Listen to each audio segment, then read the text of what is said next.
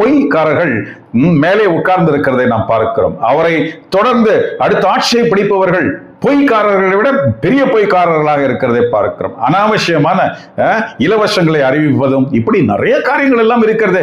அட, நல்லதான் நினைச்ச இவன் பார்த்தா திடீர்னு இப்படி சொல்றான், அவனுக்கு மேல இவன் போய் போடுகிறானே என்ற நிலையை தான் இப்படி இருக்கிறது. பாருங்க, இரண்டாம் வருகை இந்த நிலையில் தான் வரும்.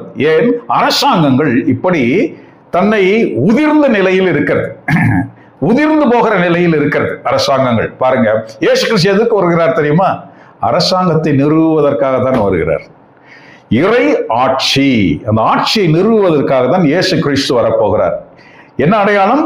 உலகம் இப்படி இருக்கும் பொழுதுதான் ஒரு ஓராண்டு சொல்லப்படுகிறது. பாருங்க, இன்னைக்கு நற்செய்தியில அப்படிதான் சொல்லுகிறது. இப்படி இதெல்லாம் நார்மல் என்று நினைக்கிற இந்த நேரம், நார்மல் என்று நினைக்கிற நேரம், அப்போதுதான் அங்கே வானத்தின் மதகுகள் திறக்கப்பட்டன, பாதாளத்தின் ஊற்றுகள் திறந்தன என்று நாம் பார்க்கிறோம். ரெண்டு பக்கமும் தண்ணி வந்து எல்லாரையும் அழித்து போட்டது என்று பார்க்கிறோம். ஆகவே இரண்டாம் வருகையின் பொழுது எல்லோரும் அழிவார்களா?